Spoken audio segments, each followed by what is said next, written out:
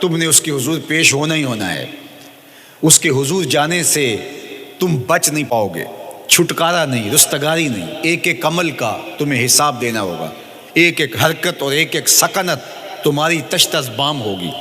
تمہارا پوشیدہ اور مخفی عمل قیامت کے دن سامنے آ جائے گا. اللہ اکبر. یہ قرآن ہے، یہ کوئی فرضی کہانی نہیں ہے. انہ لقول فصل وما هو بالہزل. فرمایا یہ قول فیصل ہے، یہ طے شدہ حقیقت ہے، یہ امر واقعی ہے. یہ کوئی مذاق نہیں ہے کہ یوں ہی کوئی کہانی بیان کر رہا ہے. یہ سب کچھ ہونے والا ہے. یہ اپنی آنکھوں سے تم دیکھو گے. آج انکار کرو یا اقرار کرو، تمہیں کھلا موقع دیا ہے. حتیٰ کہ تم کافر بن کے زندگی گزارنا چاہو، نمرود بن کے جینا چاہو، فرعون بن کے جینا چاہو، حامان بن کے جینا چاہو، ہم تجھے دنیا پہ موقع دیں گے. لیکن یہ نہیں ہے کہ جب زندگی کی بساط لپیٹے گی پھر کام ختم ہو جائے گا. نہیں، یہ تمہیں ہمیں فرصت دی ہے، پھر ہم نے تم سے حساب لینا ہے. ایک ایک عمل تمہارے سامنے آئے گا. اللہ اکبر. ذرا غور کیجئے. فآمنوا باللہ، تو بہتر ہے کہ اللہ پر ایمان لاؤ. اس کے حضور تو تم نے آنا ہی آنا ہے. بہتر نہیں ہے کہ جیتے جی آ جاؤ، پھر لوگ تجھے اٹھا کے لائیں گے. اچھا نہیں ہے کہ اپنے قدموں سے چل کے آ جاؤ. کی آنکھ سن لوک یعقوب تینوں جدوں ٹر پہ ہوں سر منہ کج کے تو. پھر جو کفن کی تنیوں میں لپیٹ کر کے تجھے لے کر کے جایا جائے گا، تو اچھا نہیں ہے کہ اپنے قدموں سے خود چل کے مالک کی دہلیز پہ چلے جاؤ. ایک حدیث میں آتا ہے کہ اللہ بندے کو اپنے سامنے سے ہٹنے نہیں دے گا جب تک اس سے 4 سوال نہیں کر لے گا. آپ دیکھیے، میں دیکھوں کیا ہم ان سوالوں کے جواب دینے کے لیے اپنے آپ کو تیار کر رہے ہیں. پہلی چیز، اللہ پوچھے گا عمر کہاں گزاری. دوسرا سوال، اللہ تعالیٰ علم کے بارے میں پوچھے گا. جو پڑھا تھا بتا، عمل کہاں تک کیا. خلوت، جلوت، زندگی، شام و سحر تیرے اس سیکھے ہوئے علم کی مطابقت میں تھے، یا علم عزت دولت کمانے کے لیے پڑھا تھا. تیسری بات، اللہ پوچھے گا مال کمایا کیسے، اور مجھے بتا مال خرچ کہاں کیا. آج لوگ نیب سے ڈرتے ہیں کہ ہم سے پوچھ نہ لیا جائے کہ یہ آیا کہاں سے. منی ٹریل پیش کرو، یہاں ہم بچ جائیں گے. کوئی مکر، کوئی دھندا، کوئی فریب چل جائے گا، کوئی پریشر، کوئی افرادی قوت، کوئی سیاسی اثر و رسوخ، کوئی رشوت، کوئی سفارش، کچھ نہ کچھ تو راستہ نکل ہی آئے گا. اور آج کی دنیا میں صرف یہی پوچھا جاتا ہے کمایا کہاں سے. یہ نہیں پوچھا جاتا خرچ کہاں کیا. جیسے چاہو خرچ کرو، لیکن وہاں سوال ہوگا وفیما انفقہ، خرچ کہاں کیا.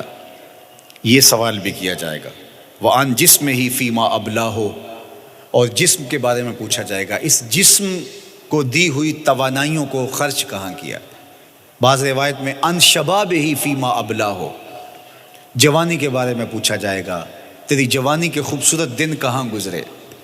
مجنو بن کے چوکوں میں کھڑا تو نہیں رہا، پارکوں کے گرد پروانوں کی طرح گھومتا تو نہیں رہا، تیری نظر بدکاریاں تو نہیں کرتی رہی، اپنی خواہشات کا غلام بن کے زندگی تو نہیں گزاری، تیری ساری رات 4 انچ کی سکرین کے اوپر بدکاریاں کرتے بسر تو نہیں ہوئی. پوچھا جائے گا بتا جوانی کہاں گزری. جوانی مستانی ہے یہ کہہ کر کے تو نے ہر ضابطے سے چھٹی تو نہیں کر لی تھی، یا جوانی کے تقدس کو تو نے محفوظ کیا اور راتوں کی تنہائیوں میں اللہ کے حضور سجدہ ریزی کرتا رہا. میرے اور آپ کے آقا و مولا نے فرمایا جو جوان جوانی میں توبہ کرے وہ اللہ کو محبوب ہے. اللہ اکبر. اور اللہ جن 7 لوگوں پر اپنے عرش کا سایہ کرے گا ان میں سے ایک شخص کا ذکر کرتے ہوئے فرمایا وَشَابٌ نَشَأَ فِي عِبَادَةِ اللَّهِ، وہ جوان جس کی جوانی اللہ کی عبادت میں گزری. قیامت کے دن جب کوئی سایہ نہیں ہوگا اللہ اسے اپنے عرش کا ٹھنڈا سایہ عطا فرمائے گا. میرے مخاطبین جو اس وقت میرے سامنے موجود ہیں بالمشافہ، اور پوری دنیا کے اندر جو اس وقت مجھے دیکھ رہے ہیں، ان میں زیادہ تر تعداد نوجوانوں کی ہے. تو میں آپ سب سے مخاطب ہوں اور آپ کو کہتا ہوں کہ یہ جوانی دوبارہ نہیں ملنی. بندہ کہتا ہے بڑھاپا آئے گا دیکھ لیں گے. جس طرح ہر چیز کا سرور جوانی میں ہوتا ہے، ہر چیز کا لطف بندہ کہتا ہے جوانی میں ہے، سجدوں کا جو لطف جوانی میں ہے وہ کسی اور زمانے میں نہیں ہے. اپنی پیشانی کو سجدوں سے آشنا کرو، اپنی جوانی کو مثل سحر بے داغ رکھنا، اپنے شباب کو الجھنے نہ دینا، اپنے شباب کے تقدس کو پامال نہ ہونے دینا۔ اس کائنات کا بہترین چہرہ وہی ہے جو جنسی کالک سے محفوظ ہے۔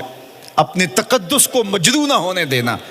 تمہاری زندگی شبنم سے پاکیزہ تر رہے، سحر سے پاکیزہ تر رہے۔ تمہاری جوانی اتنی خوبصورت ہو کہ محمد عربی کو رشک آئے تمہاری جوانی پر۔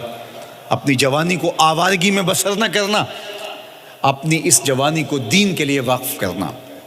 سحری کے سجدوں میں آنسو بہا کر کے جوانی کا لطف کشید کرنا۔ جوانی کا لطف اور مزہ رب کے ساتھ محبت اور رب کے ساتھ عشق کرنے میں ہے۔